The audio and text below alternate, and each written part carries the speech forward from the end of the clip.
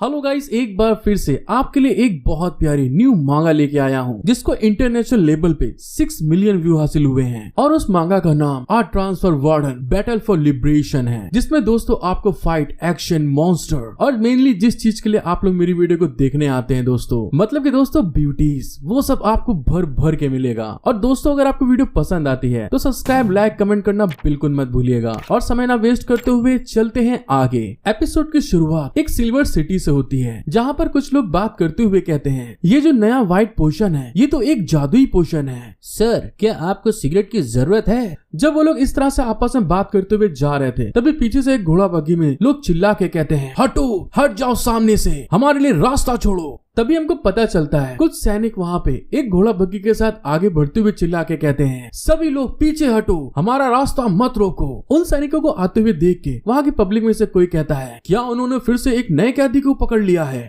ओहो, ये देखो, इतने सारे गार्ड स्कॉटिंग कर रहे हैं। उस मिक्स रेस वाली कमीनी ने जरूर किसी को मार डाला होगा। अरे ये तो नुकीले कान वाला और गोल्डन आई वाला वुल्फ मैन है। दद्दू, तुम सही कह रहे हो, ये तो वुल्फ मैन है। लोग तो ऐसा कहते हैं कि ये स्टील को भी मोड़ सकते हैं। क्या इस तरह के डीमंस को कैद रखना सचमुच हमारे लिए सुरक्षित है? चिंता की कोई बात नहीं है, हमारी सिल्वर सिटी में 2 ट्रेजर हैं। सबसे पहले वो देखो, वो एक मिथ्रिल ऑर्क है जो कि स्टील से भी ज्यादा मजबूत है। और नंबर 2 हमारा ग्रैंड प्रिजन, जिसको इसे मिथ्रिल ऑर्क से बनाया गया है और हम लोग इसे रोज प्रिजन कहते हैं। और उनका वो मैजिक सर्कल रोज प्रिजन को सीलिंग मैजिक से घेरे हुए है। और साथ ही लॉर्ड एडन गेलार्ड खुद वार्डन के रूप में वहाँ पर काम करते हैं। एक बार जब ये मॉन्स्टर उस जेल के अंदर चले जाते हैं तो भागने का कोई रास्ता नहीं है। और इसी के साथ हमारा सीन शिफ्ट हो जाता है और हमको एक खूबसूरत चांदनी रात दिखाई जाती है, जहाँ पर एक हाथ जमीन के अंदर से बाहर निकलता है और एक डीमन गर्ल बहुत ज्यादा स्पीड में आगे की तरफ भाग रही थी। और वहाँ पर वो भागते हुए खुश होते हुए कहती है, आखिरकार मैंने खोद डाला और अब मैं बाहर आ गई हूँ। एडन, तुम सच में बहुत बेवकूफ हो। तुमने क्या सोचा था कि तुम मुझे हमेशा वहाँ पे बंद करके रख सकते हो? आखिरकार देखो मुझे, मैं बच के निकल आई हूँ। और जब इंटेलिजेंस की बात आती है तब तो तुम मेरी तुलना किसी से कर ही नहीं सकते। मैं ओफेलिया हूँ। और दोस्तों तभी हमको पता चलता है ये ब्लड प्रिंसेस ओफेलिया होती है। और फिर वहाँ पर वो पूरी सीन को बताती है कि मैंने 2 साल, मुझे यहाँ से टनल बना के निकलने में 2 साल लग गए। मैंने तो कभी उम्मीद ही नहीं की थी कि ये घटिया जेल मिथ्रिल धातु से बनाई गई थी। लेकिन अब इन सब चीजों का कोई मायने नहीं है। और इस चांद के पूर्णिमा को देखो, ये आजादी की हवा कितनी अच्छी है। ये फिर से मेरे आजादी को हासिल करने के स्वागत करने का समय है। जब वो ब्लड प्रिंसेस वहाँ पे बहुत ज्यादा खुश हो रही थी तभी अचानक से एक आदमी उसके पीछे से आते हुए कहता है, ओहो, तुम दूर जाने से पहले ही कितना ज्यादा शोर मचाती हो। क्या तुमको डर नहीं लगता कि मैं तुम्हें ढूंढ पाऊंगा? उस आदमी की बात सुन के वो लेडी वहाँ पे घबरा जाती है और पलट के देखते हुए चिल्ला के कहती है, एडन। और जैसे ही दोस्तों वो पलट के देखती है तो एडन अचानक से उसकी फोटो फ्लैश कर लेता है। और दोस्तों यही वार्डन एडन है जो हमारी कहानी का मेन प्रोटेगनिस्ट है। एडन वहाँ पर उसकी तरफ देखते हुए कहता है, तुम्हारी सजा में अभी भी 98 ईयर्स बाकी हैं और अब मुझे ऐसा लग रहा है कि तुम्हारा ये समय और बढ़ने वाला है। एडन की बात सुन के वो लेडी वहाँ पे गुस्साते हुए कहती है, तुम कमीने बदमाश, आखिर तुमको कैसे पता चला कि मैं कहाँ भाग कर आई हूँ? एडन उसकी तरफ देखते हुए कहता है, प्लीज मुझे माफ करो, एक वैम्पायर के तौर पे तुम्हें बाथरूम यूज करने की जरूरत नहीं है, लेकिन फिर भी हर दिन तुम 2 घंटे बाथरूम के अंदर बिताती हो। अगर तुम सुरंग नहीं खोद रही थी तो क्या तुम आधी रात का नाश्ता कर रही थी? वैम्पायर प्रिंसेस उसकी बात सुन के वहाँ पे गुस्साते हुए कहती है, अगर तुमने पहले इस चीज का पता लगा लिया था तो आपने मुझे पकड़ने के लिए अब तक इतना इंतजार क्यों किया? एडन वहाँ पे उसकी वही फोटो दिखाते हुए उससे कहता है, इसमें कोई शक की बात नहीं है, ये सब पब्लिसिटी के लिए एक टिपिकल केस को पकड़ना है। और ये देखो अपनी फोटो के हाल, तुम इसमें कितनी मस्त लग रही हो। एक नोबल ब्लड प्रिंसेस ने गड्ढा खोद कर भागने की कोशिश की। जब दूसरे कैदी आपकी ये सब बातें सुनेंगे तो उनके लिए कितनी अजीब सिचुएशन होगी। वैम्पायर प्रिंसेस अपनी फोटो को ऐसे देखने के बाद वहाँ पे बहुत ज्यादा गुस्सा आ जाती है कि मेरी इतनी हॉट एंड सेक्सी बॉडी को तूने कैसा दिखा दिया। और वहाँ पर वो अपने नाखून को रेडी करते हुए एडन के ऊपर अटैक करने के लिए आगे बढ़ते हुए कहती है, ऐसा लगता है कि हम में से केवल एक यहाँ से आज जिंदा वापस जा सकता है। वार्डन, 2 साल पहले मुझसे एक गलती हुई जिस कारण से तुमने मुझे पकड़ लिया। इस बार मैं इसे दोबारा दोहराने नहीं दूंगी। जैसे वो अटैक करने वाली होती तभी अचानक से वैम्पायर के उनके खोपड़ी के ऊपर शॉटगन लग जाती है, जिस चीज से वहाँ पे वो शॉक्ड हो जाती है। और फिर हमें वो पर्सन दिखाया जाता है दोस्तों जो वहाँ पे उसकी खोपड़ी पे शॉटगन लगाए हुए था। वो वहाँ पे बड़े एटीट्यूड में कहती है एडन ने आपको पकड़ने और वापस लाने का ऑर्डर दिया है, और जिस किसी को दोस्तों इस लड़की के बारे में जानना है बगल में लिखा हुआ पूरा लंबा चौड़ा पढ़ लीजिएगा। और तभी वहाँ पे अचानक से उसको आसमान की तरफ कुछ दिखाई देता है, और तभी हमको पता चलता है ये एक विच होती है जो कि अपने बर्ड से नीचे उतरते हुए कहती है तुम सच में बहुत धीमी हो, क्योंकि मैं आधे दिन से तुम्हारा इंतजार कर रही हूँ। उन लोगों को देखने के बाद में वैम्पायर वहाँ पे गुस्साते हुए कहती है तुम कलमुही कमीनियों, क्या तुम लोग इस आइलैंड की टॉप हस्तियों में से नहीं हो। जैसे वो आगे कुछ बोलने वाली होती दोस्तों तभी वहाँ पर एक नेक्रोमेंसर गर्ल आ जाती है जिसका नाम असेना है, और वहाँ पर वो अपने भूतों के साथ आते हुए कहती है क्या इस वैम्पायर की राख को हम अपने साथ रख सकते हैं। उनकी ऐसी बात सुन के वैम्पायर प्रिंसेस हैरान होते हुए कहती है तुम सारे लोग इस आदमी के पीछे पागल क्यों हो गए हो, चलो हम सब मिलके एक टीम बनाते हैं और वो एडन कमीना हरामी हमारे आगे मारा जाएगा। क्या तुम सभी लोग आजाद होना नहीं चाहती हो। वैम्पायर प्रिंसेस की ये सारी बात सुन के उन सब लड़कियों के ऊपर घंटा कोई असर नहीं हो रहा था, और फिर वहाँ पर वार्डन एडन आगे बढ़ते हुए कहता है बेटे तुम चिंता मत करो, उन्होंने मेरे साथ में एक कांटेक्ट किया है। यहाँ के मैनेजमेंट को उनकी मदद के साथ बनाए रखने में मैंने इस प्रिजन में उनकी सिचुएशन में सुधार किया है। और हाँ चमगादड़, मैं तुमसे फिर से पूछ रहा हूँ, क्या तुम अपनी मर्जी से अपनी कोठरी में लौटना चाहोगी, या क्या तुम्हें पीट पाट कर अधमरा कर देना चाहिए और तुम्हें वापस अंदर फेंक देना चाहिए। वार्डन की बात सुनने के बाद में वो वैम्पायर वहाँ पे खिसियाते हुए कहती है तुम कमीने इंसान, क्या तुम्हें लगता है कि मेरे पास उनके जैसी कोई गरिमा नहीं है। वहाँ पे बंद रहने से बेहतर है कि मर जाना। एक नोबल प्रिंसेस के रूप में मेरे को अंडर एस्टिमेट मत करना। उसकी इतनी लंबी लंबी बातें सुन के वार्डन वहाँ पे परेशान हो जाता है, और तभी वहाँ पे उसको पुरानी याद दिलाते हुए कहता है अगर तुम मुझ पर हाथ उठाने की हिम्मत करोगे, एक बार जब मैं तुम्हें पकड़ लूंगा तो मैं तुम्हें क्रूज में बांध दूंगा और तुम्हारे मुंह में खूब ढेर लहसुन भर दूंगा, और साथ ही एक दिन के लिए भुनने के लिए धूप में छोड़ दूंगा। वार्डन की इस बात को सुन के वो वहाँ पे एकदम घबरा जाती है और एकदम मासूम बच्चे की तरीके कहती है ओहो वार्डन, इतना बुरा क्यों मान जाती हो मेरे मजाक को, मैं तो बस सख्त लौंडिया होने की कोशिश कर रही थी, और यहाँ इतनी दूर मैं खुले आसमान और चांद का मजा लेने के लिए आई हूँ, तो तुम मुझे इस तरह से धमका क्यों रहे हो। वार्डन वहाँ पे उसके ऐसी एक्टिंग को देख के वहाँ पे बहुत ज्यादा झुल्ला जाता है, गुस्सा आ जाता है, और फिर से उसी छेद की तरफ हाथ से इशारा करते हुए कहता है जिस रास्ते से तुम निकल कर आई हो उसी रास्ते से वापस जाओ, मुझे तुम होली वाटर डालने पे मजबूर मत करो। वार्डन की बात सुन के वो अच्छे बच्चे के तरीके कहती है हाँ बिल्कुल मैं जा रही हूँ। और इसी के साथ हमारा सीन शिफ्ट हो जाता है और हमें प्रिजन के अंदर दिखाते हैं जहाँ पर अपने वार्डन के बारे में बताया जाता है एडन गेलार्ड इस कॉन्टिनेंट का एक स्ट्रॉन्ग मैन स्वॉर्ड मैन है, एक अच्छा निशानेबाज, एक कुशल तलवारबाज, जादू में एक जीनियस,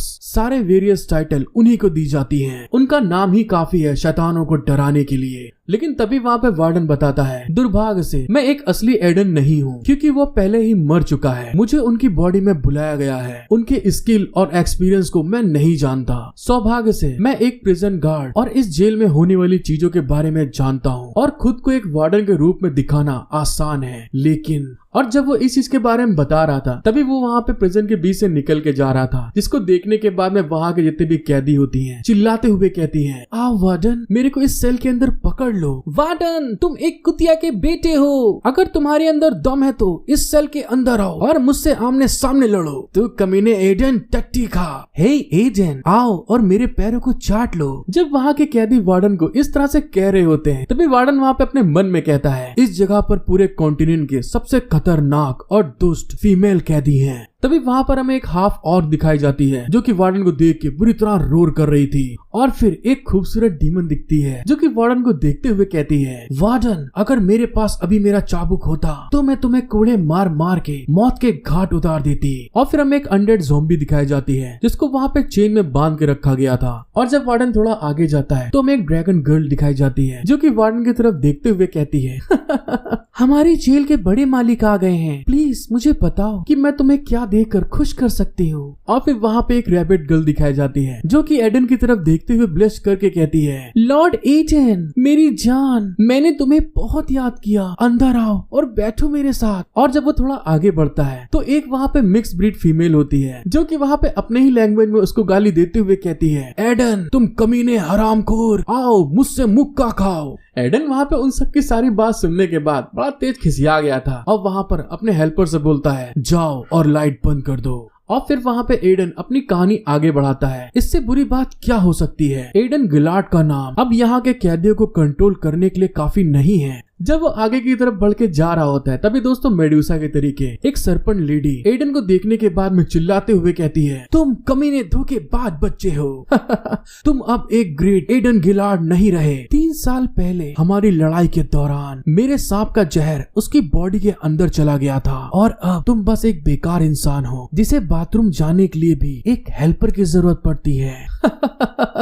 हाँ तुम सही कह रही हो, मैंने भी बहुत समय से इसकी इस तरह से कमजोरियों को महसूस किया है। अरे भले ही हम विरोध करें लेकिन उसके पास विरोध करने का कोई साधन नहीं है। उन सब की बात सुन के जो उसके साथी होते वहाँ पे चिल्ला रहे होते हैं, तुम सुन क्यों नहीं रही हो कलमुही, शांत हो जा। तभी वहाँ पे जो हाफ ऑर्ग होती है गुस्साते हुए चिल्ला के कहती है, अब तुम सबसे कमजोर सिचुएशन में हो लॉर्ड वार्डन, मुझे देखने दो कि तुम्हारे अंदर कितनी ताकत बची है, दम है तो अंदर आओ। वार्डन उसकी बात सुन के अब बहुत ज्यादा गुस्सा आ जाता है और तभी वहाँ पे चिल्ला के कहता है, तुम सभी लोग शांत हो जाओ। और इस बात को कहते हुए अपने हाथ में कुछ स्पिरिचुअल मैजिक को रिलीज करने लगता है। और तभी वहाँ पर जब वो अपनी मैजिक को रिलीज करता है तो खूब ढेर सारी लाइटनिंग वहाँ पे चमकने लगती है, जिसके इफेक्ट के कारण जितनी भी फीमेल मॉन्स्टर वहाँ पे चिल्ला रही थी उस रोशनी में उनको बहुत दिक्कत होने लगती है। और वहाँ पे वो चिल्लाते हुए कहती हैं, वार्डन तुम ऐसा नहीं कर सकते, एक इंसान होने के नाते हमारा भी अधिकार है कि हम बोल सकते हैं, हम रिपोर्ट कर रहे हैं इस चीज के लिए। वार्डन तुम इतना गुस्सा क्यों रहे हो, मैं तो बस मजाक कर रही थी।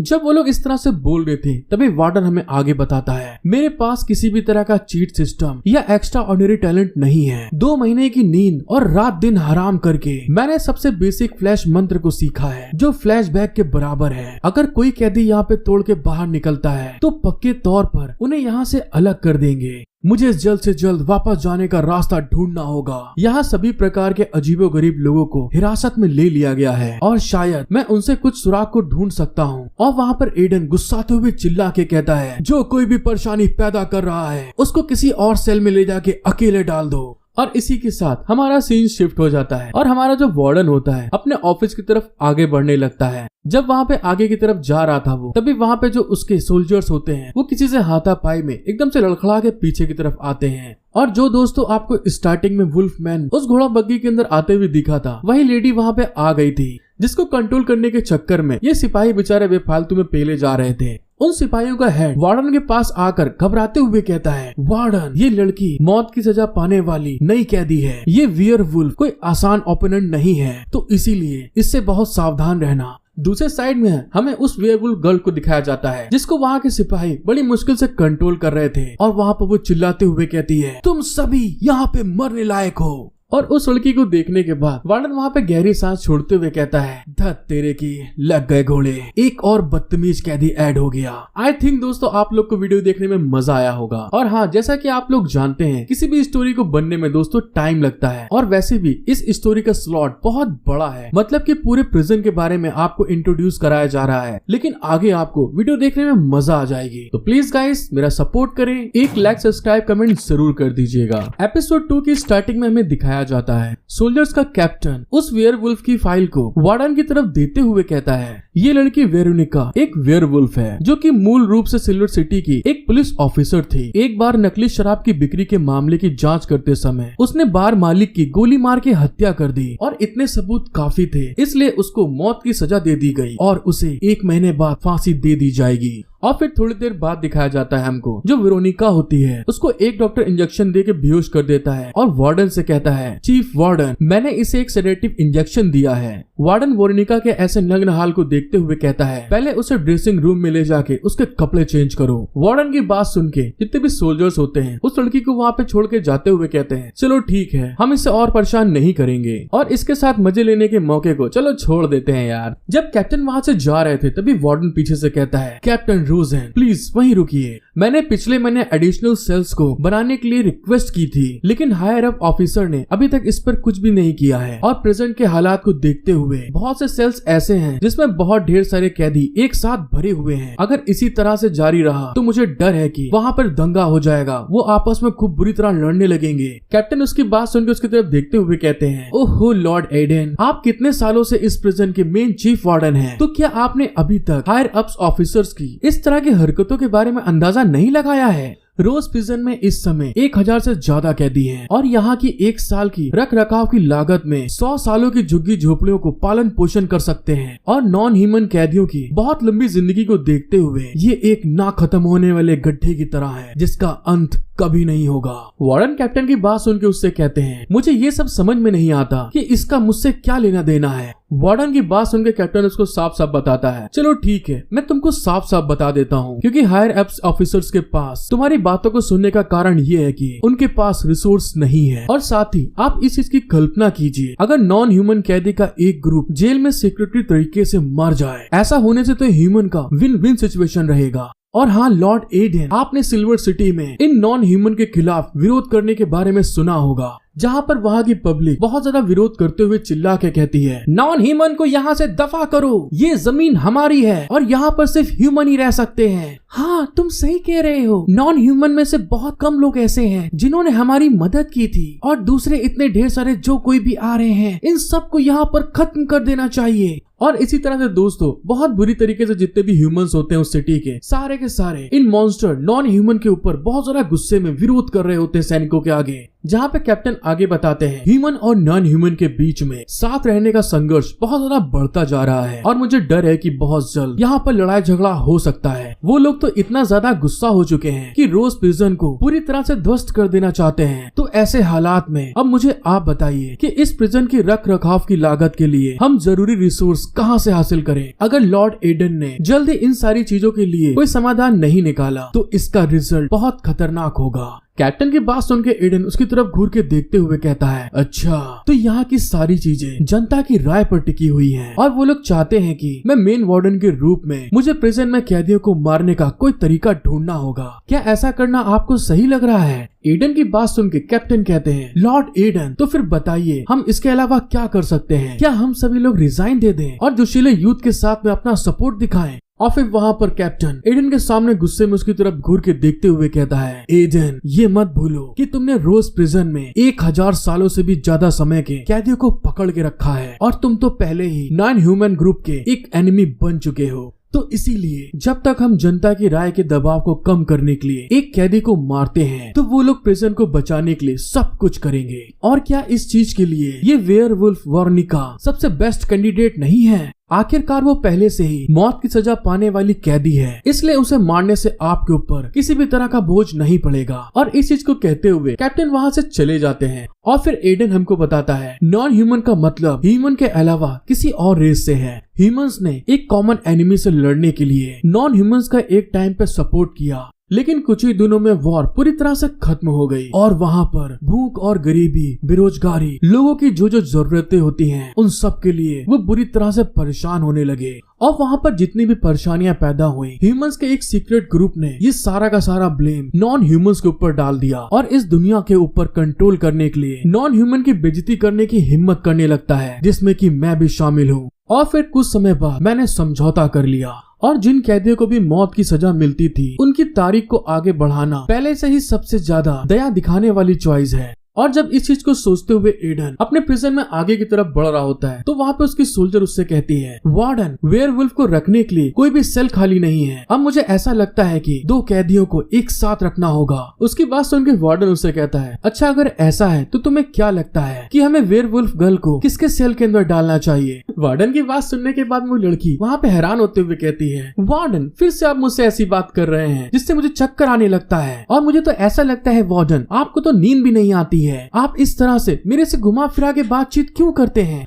और फिर वहाँ पर वो कुछ सोचते हुए वार्डन से कहती है, वैसे देखा जाए तो बहुत से सेल पहले से ही कैदियों के साथ में डिस्ट्रीब्यूट कर दिए गए हैं, तो इस चीज के लिए मुझे थोड़ा सोचना होगा। अरे हाँ, मुझे याद आया, हमारे पास जो रैबिट डीमन है उसके सेल में अभी तक कोई भी पर्सन नहीं आया है दूसरा। इस चीज को सुनने के बाद में वार्डन भी हैरान होते हुए कहता है, क्या रैबिट गर्ल के साथ में कोई और कैदी नहीं है? जब वो लोग इस तरह से बातचीत करते हुए आगे की तरफ बढ़ रहे होते हैं, तभी दोस्तों वहाँ पे हमें डीमन दिखाई जाती है, जो कि अपने वार्डन की तरफ देखते हुए उसके साथ में फ्लर्ट करते हुए कहती है, लॉर्ड एडन, क्या तुम मेरे साथ में सोने के लिए कोई जगह देख रहे हो? चलो इतना सोचो नहीं, आओ मेरे कमरे में आ जाओ, यहाँ पर मेरा बिस्तर बहुत बड़ा है। उसकी ऐसी बात सुन के वार्डन उसकी तरफ घूर के देखते हुए कहता है, कैदी नंबर 3307 सक्यूबस फेई, और क्या तुम्हें परसों इस जेल से रिहाई नहीं मिली? और दोस्तों मैं आपको बता दूं, सक्यूबस जो होते हैं बेसिकली फ्लर्टिंग डीमन होते हैं जो सेड्यूस करते हैं लोगों को। वो सक्यूबस डीमन एडन की तरफ देखते हुए ब्लश करके कहती है, ओहो अच्छा, आकर मुझे तुम ही चेक कर लो। उसकी ऐसी बात सुन के जो एडन के साथ में फीमेल सोल्जर थी वो वहाँ पे उसको बताती है, जितने भी नॉर्मल ह्यूमन होते हैं वो इसके सक्यूबस चार्म के कारण अपने आप को रोक नहीं पाते, और सीक्रेटली वो अपने पुराने पेशे में चली गई और दूसरे सक्यूबस औरतों के साथ मिलकर काम करने लगी। क्या आप जानते हैं कि इसका पेशा क्या है? और इन लोगों की ऐसी हरकत के कारण बहुत बड़ी संख्या में आदमी अचानक से बहुत ज्यादा थकने लगे और उनकी सारी की सारी एनर्जी खत्म हो गई। अपने साथी की बात सुन के जो एडन होता है वो सक्यूबस के ऊपर गुस्साते हुए कहता है, क्या तुमको समझ में नहीं आता है? तुम इस तरह के काम में आखिर क्यों शामिल रहती हो? एडन की बात सुनने के बाद में वो जो डीमन होती है वहाँ पे इतराते हुए कहती है, ओहो मेरे प्यारे, मैंने तो केवल एक छोटी सी गलती की है, तो फिर इस चीज के लिए वो लोग मुझे बार बार अपराधी क्यों ठहराते हैं? और तो और मुझे पूरा 1 साल के लिए यहाँ भेज दिया, ये तो बहुत ज्यादा है। लॉर्ड एडन, तो क्या आप मेरी सजा को थोड़ा कम करने का कोई तरीका ढूंढ सकते हैं? एग्जाम्पल के लिए मैं आज रात मेरे कमरे में वो सब कुछ करने के लिए तैयार हूँ जो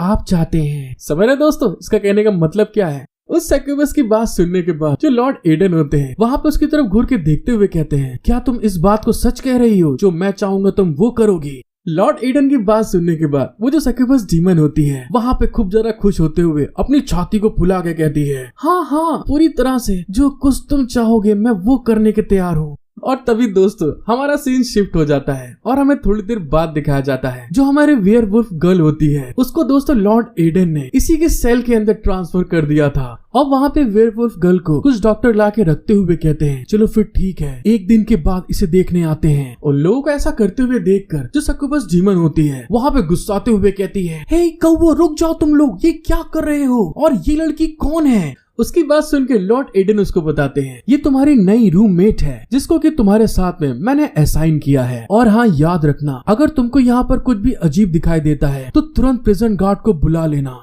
लॉर्ड एडन की बात सुनने के बाद सक्यूबस डीमन वहाँ पे घबराते हुए कहती है, ये क्या बोल रहे हो तुम? आपको कुछ गलत फहमी हो गई है, मैंने इसके लिए नहीं कहा था, मैंने आपके लिए कहा था कि जो चाहो वो कर लेना।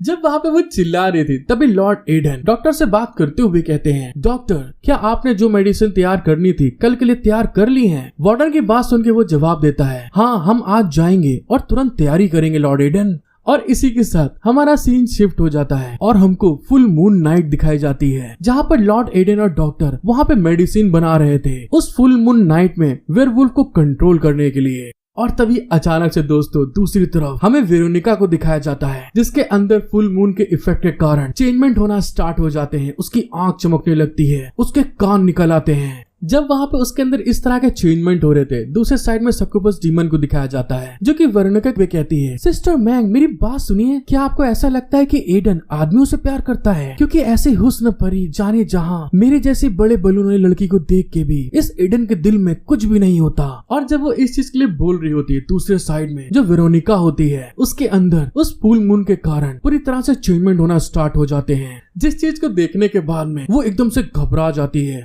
और तभी अगले पल हमें दिखाया जाता है वेरोनिका को, वो पूरी तरह से एक वेयरवुल्फ में बदल गई थी और वो सक्यूबस डीमन के सामने आकर उसको बुरी तरह घोर रही होती है, जिसको देखने के बाद में सक्यूबस डीमन की हालत बहुत ज्यादा खराब हो जाती, उसकी आंखें एकदम टमाटर की तरह बिल्कुल बाहर निकल आती हैं और वो घबराते हुए अपने मन में कहती है, मैं बस अपनी आजादी से 1 कदम की दूरी पर हूँ। और फिर वहाँ पे वो खूब जोर से चिल्ला के कहती है, हाय दैया रे, हमको बचा लो, ये देखो ये हमका मारने की कोशिश कोशिश करत है। और दोस्तों अब आगे क्या होने वाला है, सक्यूबस डीमन को वेयरवुल्फ वेरोनिका मार डालेगी या फिर लॉर्ड एडन आकर इसको बचा लेगा, ये सब नेक्स्ट एपिसोड में देखने में मजा आएगा। आपको वीडियो पसंद आई है तो प्लीज गाइज मेरा सपोर्ट करें, एक लाइक और सब्सक्राइब जरूर कर दें और साथ में कमेंट करके बताइए कि आपको पूरी वीडियो में कौन सा पार्ट सबसे मस्त लगा। और इसी के साथ मिलते हैं हम लोग नेक्स्ट एपिसोड में। Thank you for watching my video, love you all.